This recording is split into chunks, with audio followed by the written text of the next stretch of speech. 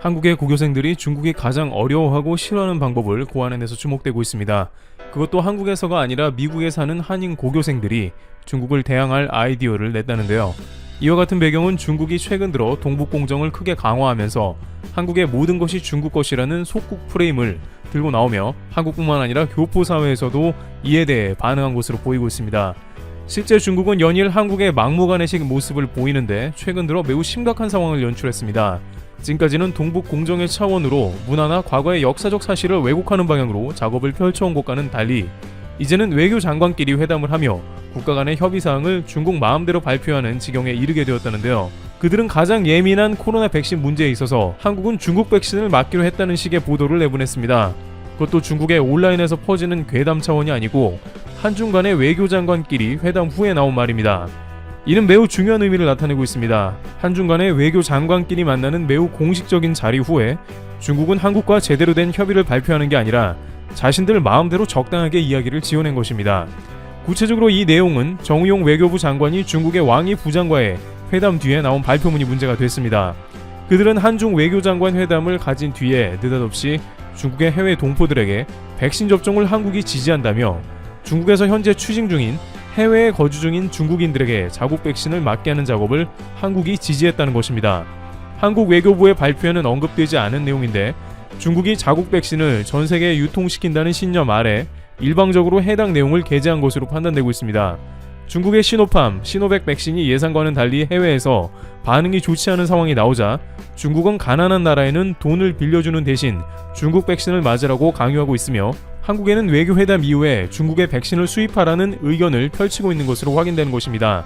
하지만 중국은 시노백 백신 등의 3상 결과를 어디에도 제대로 공개하지 않은 상황이기 때문에 한국 질병당국은 중국 백신을 수입하지 않을 것으로 판단되고 있습니다. 한국은 심지어 러시아 백신이 90% 이상의 효과가 나온 상황에서도 당장 수입은 어렵다는 의견을 내고 있는 등 매우 신중하게 움직이는데 아무 임상도 없는 중국 백신을 들여올 리가 없습니다만 중국 외교부는 한국에 중국 백신을 공급하기로 했으며 여기에 더해서 중국 백신을 맞은 국민들을 한국에 자유롭게 여행하는 신속통로 적용 범위를 확대하자고 했습니다. 그렇게 되면 진짜 문제는 중국에서 중국 백신을 맞은 사람들이 한국에 신속통로로 입국하게 된다는 이야기인데 이처럼 한국 질병당국의 의도와는 전혀 상관없이 막무가내로 한국과 외교장관 회담을 성공적으로 마쳤다고 홍보합니다. 이렇게 중국이 움직이는 것은 미중 간에 한국이 중국 편이라는 아군 만들기를 하는 동시에 전 세계에서 우수한 중국산 백신을 방역 모범국인 한국도 사용한다는 홍보 효과를 노리는 불쾌한 의도가 들어가 있는 것으로도 파악됩니다. 중국 외교당국은 춘묘 운동이라고 해서 한국 내에 중국인을 위한 백신 접종 센터를 세우는 것을 한국도 동의했다며 전 세계 많은 국가들에게 여건이 된다면 중국 백신 접종 센터를 세워서 해외 동포의 안전을 책임지겠다는 의견을 냅니다. 게다가 중국에 거주하는 한국인들은 중국에 계속 있으려면 중국 백신을 맞아야 한다는 강요를 당하고 있는 것으로 보입니다. 중국에서 근무하는 주재원 등 많은 한국인들은 어쩔 수 없이 중국산 백신을 맞아야 하는 상황이라고 말하고 있습니다. 자칫 이번 일로 중국이 많은 국가에 중국과 교류하려면 반드시 중국산 백신을 맞아야 입국이 된다고 강요한다면 여러가지 경제관계가 깊은 한국에서는 중국의 이러한 막무가내 강요 방식에 대한 대책이 필요할 것으로 보입니다. 최근에 동북공정도 그렇지만 이제 우리 삶의 큰 위협인 코로나까지 백신을 강요하는 중국의 모습이 나오자 많은 네티즌들은 절대 중국 백신은 맞을 수 없다, 증명되지 않은 백신 외교는 하지 말라며 맞서고 있습니다. 한편 중국은 외교장관 회담에서 게임이나 드라마 등 한류 콘텐츠 제재를 해제하고 활성화해달라는 한국의 요청에 대해서는 지속적인 소통을 강요하면서 한국의 요구를 사실상 거절해버렸습니다. 한국이 바라는 것은 하나도 들어주지 않은 데다가 중국 백신 센터를 한국에 세우겠다는 합의도 안 된 내용을 외교장관 이후에 일방적으로 발표해버린 것이죠. 또한 이렇게 중국은 한국의 부탁을 하나도 들어주지 않으면서도 한국 반도체와 5G 기술 협력을 하자면서 적극적으로 손짓하고 있습니다.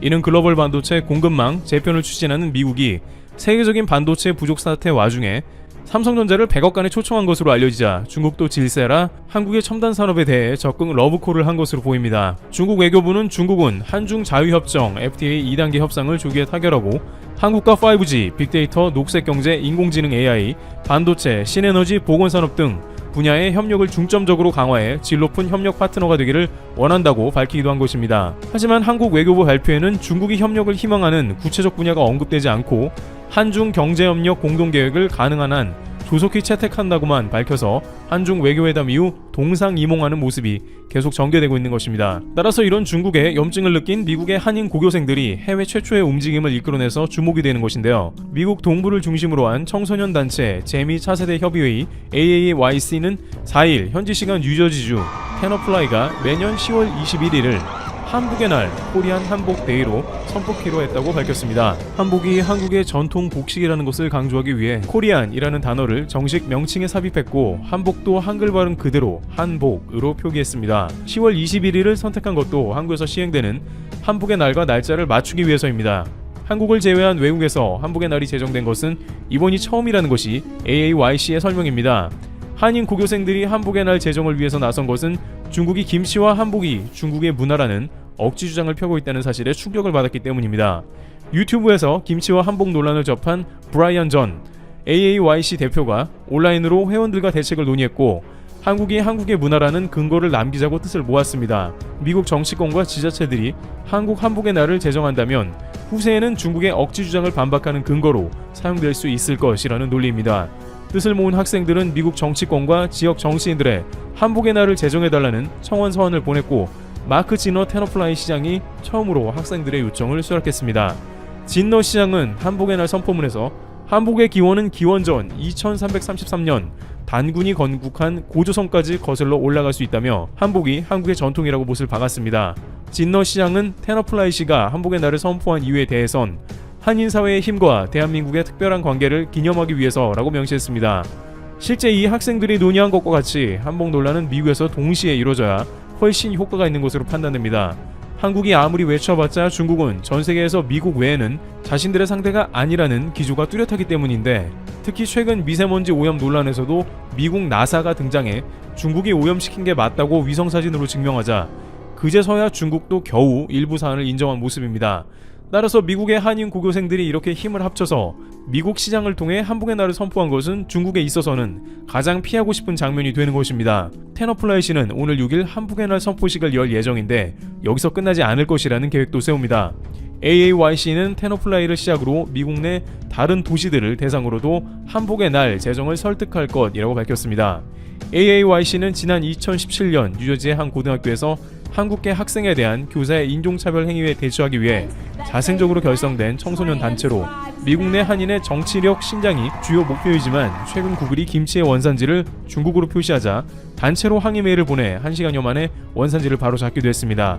이처럼 고교생들이 한복의 날을 직접 미국에서 제정했다는 소식이 전해지자 다양한 누리꾼들은 어른도 하지 못한 일들을 학생들이 이뤄냈다는 자랑스러움과 더불어 이들이 실제 매우 효과 있는 방안을 고안해냈다고 극찬하는 모습입니다. 중국은 시간이 흐르면 흐를수록 상대방 국가와 신뢰관계가 아닌 일방적으로 강요하는 칼을 휘두르고 있습니다. 이 가운데 한국은 미중 사이에서 독자적인 외교 방안을 찾으려고 애를 쓰고 있는 상황입니다만 이처럼 해외에서까지 한국에 힘을 실어준다면 중국의 동북공정은 한국에 한해서는 성공하기가 어려울 것이라는 관측이 나옵니다. 역사적으로 한국인들은 독립운동을 국내외를 가리지 않고 펼쳐왔으며 그러한 성향이 지금까지도 이어져 내려오고 있습니다. 트리블튜브 여기서 마치겠습니다. 감사합니다. 최근 언론에 따르면 아프리카의 국가 세네갈이 한국이 생산하는 경공격기를 매우 높이 평가하며 이를 구매하기 위해 많은 노력 중이라는 것이 알려졌습니다.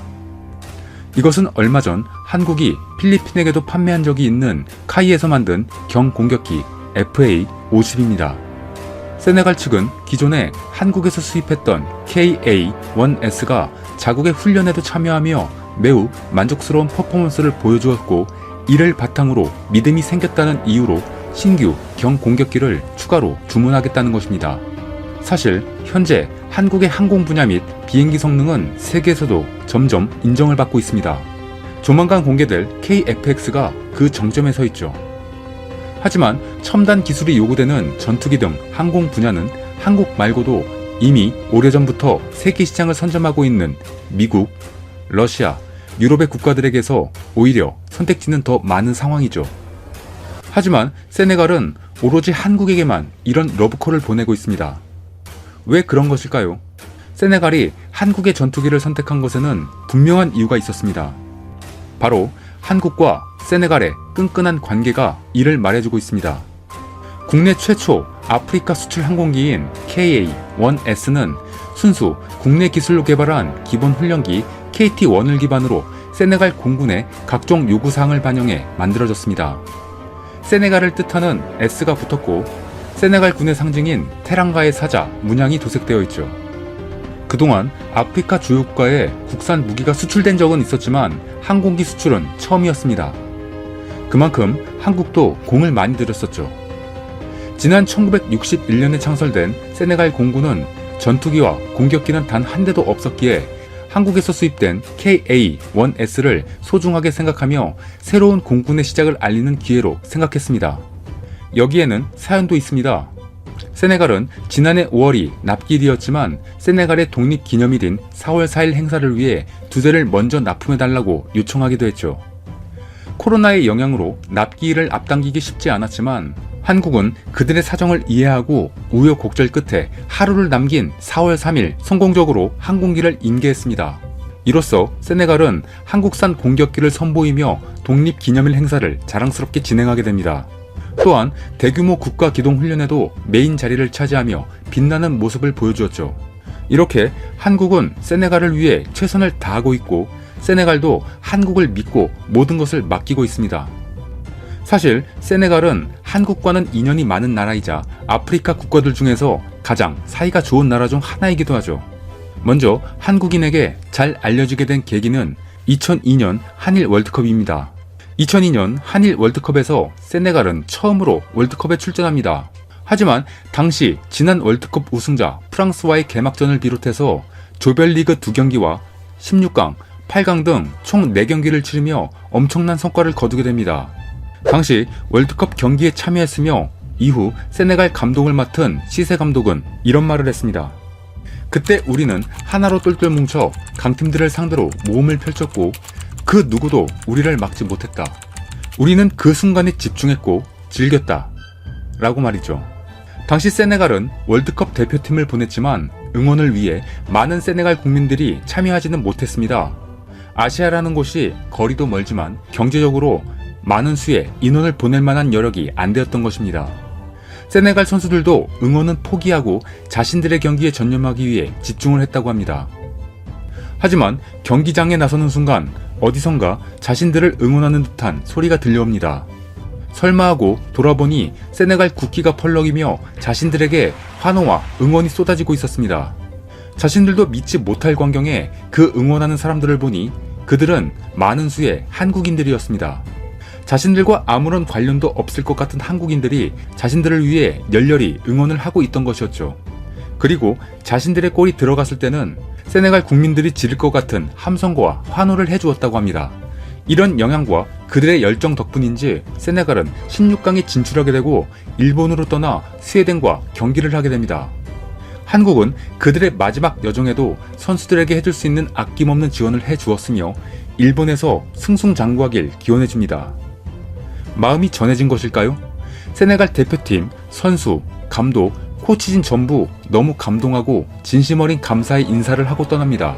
그리고 그들은 먼 타지인 아시아에서 지금까지 느끼지 못했던 따뜻함을 접하며 일본에서도 같은 기대를 하게 됩니다. 하지만 그들의 생각은 산산이 부서지게 돼버립니다. 일본은 애초에 세네갈이란 국가에 관심이 없던 것입니다. 원래 일본은 강자에게 잘 보이길 바라며 약자들에게는 관심이 없는 민족이죠. 일본에게 약자들은 그저 침략의 대상일 뿐입니다. 세네갈과 경기를 하는 스웨덴을 무슨 본인들의 국가인 양 응원을 하면서 세네갈에게는 야유를 보내는 모습도 보입니다. 한국과는 전혀 다른 모습에 그들은 당황을 하게 되죠. 경기가 끝난 후 세네갈 대표팀은 자신들이 한국에서 받은 환대와 사랑은 한국인들이어서 가능한 것임을 깨닫게 되고 일본에서의 진정한 현실을 느꼈다고 했습니다. 그리고 스스로를 응원하기 위해 한국에 전하여 응원 도구를 요청했다고도 전해집니다. 하지만 일본의 스웨덴에 대한 일방적인 응원에도 불구하고 세네갈은 그들을 꺾고 8강에 진출하게 되죠. 이 일을 계기로 세네갈에는 한국이 자세하게 알려지게 됩니다.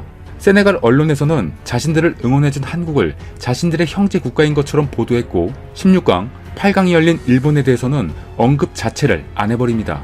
이렇게 스포츠를 통해 인연을 만든 한국은 그 이후에도 세네갈과 많은 교류를 이어나갑니다. 특히 세네갈의 기근이 심각하다는 것이 한국에 전해지며 한국에서 도움의 손길이 나아갑니다. 바로 그들의 주식인 쌀을 원조하게 된 것입니다.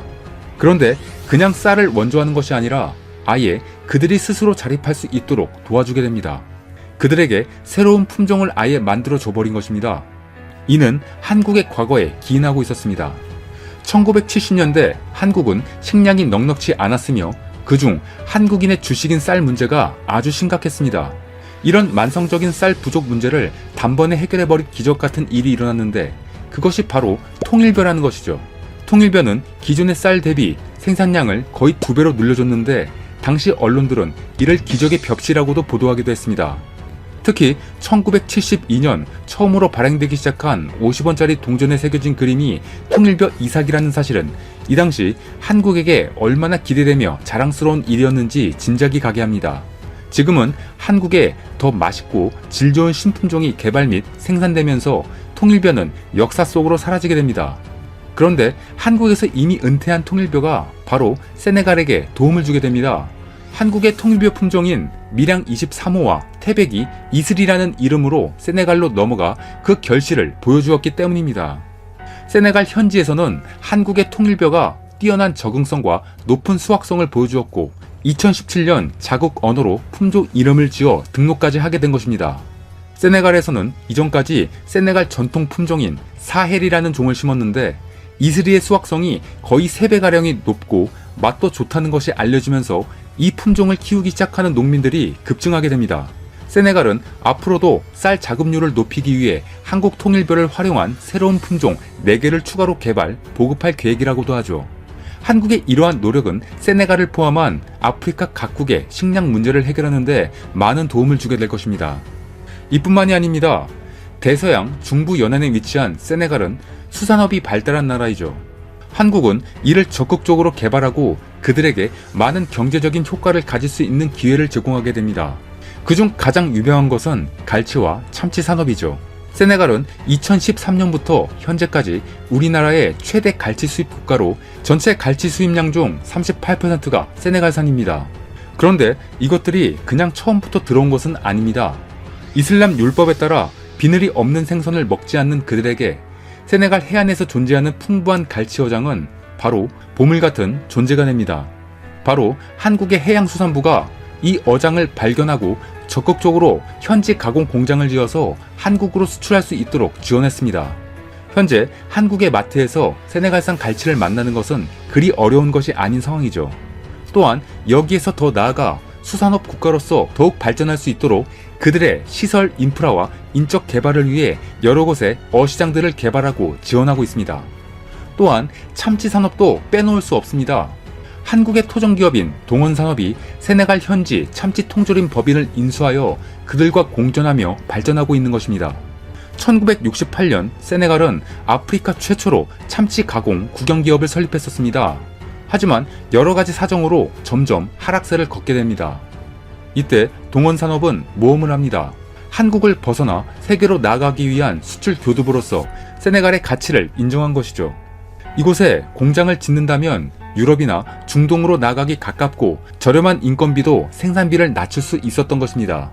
그리고 세네갈 내 현지 공장으로 인해 정부가 제공하는 어획, 커트량도 확보할 수 있게 되는 것이죠. 특히 2008년 세계 최대 참치캔 회사 스타키스트를 인수해 미국과 중남